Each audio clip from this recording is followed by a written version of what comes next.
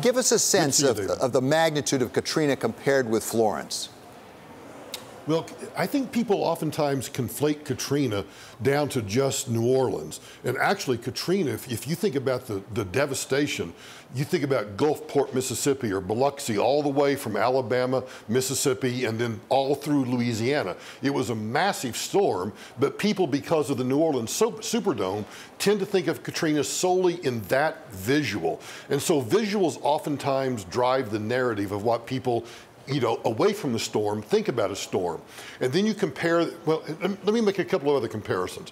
So Florence, in terms of the scope geographically, is almost as large as Katrina was. But the difference is this. Once Florence got to the coastline, it dropped from a category 4, 3, 2, all the way down to a 1. And now it's moved online. It's turned into a tropical depression, a tropical storm. And so we're going to see the first disaster in Florence was caused by the wind. And now, and the storm surge. And now we're going to see a second disaster, which is going to be the flooding that comes, particularly flash flooding, throughout the hills of the Carolinas. You go back to Katrina, you have a similar double whammy. So Hurricane Katrina is a Cat 5 in the Gulf. It deteriorates down to a category 3 by the time it hits New Orleans. So the damage to New Orleans is not that bad initially, but because of the storm surge and the winds across Lake Pontchartrain, it causes the levees to break. And then you have a flooding disaster, which is what everybody focuses on. So these two are similar in the sense that there's the one disaster, the hurricane, then there's going to be the second disaster, which is going to be the flooding. So Michael, in retrospect, there's a lot of second guessing about how we as a country handled Katrina, not just you individually. Right. Was that just too big to handle, or did we learn things from that we could apply in future disasters so that if Katrina happened today, we'd do better? Well, I think what we learned is this. Imagine emergency response. When you're responding to a disaster, it's like this stool this chair I'm sitting on, 4 legs. And those 4 legs are citizens. They have to take responsibility.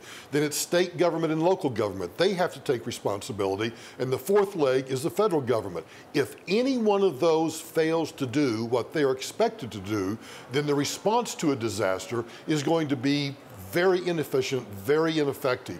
And that's what happened in Katrina. We had people that could not and would not, for a whole host of reasons, evacuate. And then you had the disaster of the levees breaching, which was a failure of state government and local districts. And what you see in Florence is entirely different. So I think what we've learned is people understand they need to evacuate. Now, I understand we have 150 people that didn't evacuate that are waiting to be rescued. We shouldn't be surprised by that. But we also see state and local government way ahead of this storm, trying to describe to people what they can and should do to avert disaster. And then you see, based on the Post-Katrina Act, you see pre-disaster declarations, which allows FEMA to start moving supplies, equipment, and the urban search and rescue teams in close to the disaster, not into it because we don't want them to be harmed, but close enough so that once the danger passes, they can move in immediately to start recovery efforts. So, Michael, I wonder if state and local is ahead of it or whether it might be behind it. There was a report on the Bloomberg yesterday that, in fact, 5 years ago, the state of North Carolina actually cut back on their building codes. They actually made it easier to build things at a lower scale. Are we making a mistake, essentially across the country, but particularly places like North Carolina, in not requiring stricter building codes, particularly as climate change is causing more extreme weather? Whether it's this particular storm or another one, there's more extremes in weather. Should we be beefing up all those building codes? Well, irrespective of climate change, they should follow the Florida model. And the Florida model is probably part any area that's going to face flooding or hurricanes should follow. I can remember distinctly in 2004 walking up to a gigantic high school complex, and half of that complex was completely undamaged. The other half, totally destroyed. Why was that one part standing? Because Florida adopted strict building codes and strict standards because they know where they live. Now, if the Carolinas have done something to weaken those, then shame on them. They shouldn't do that.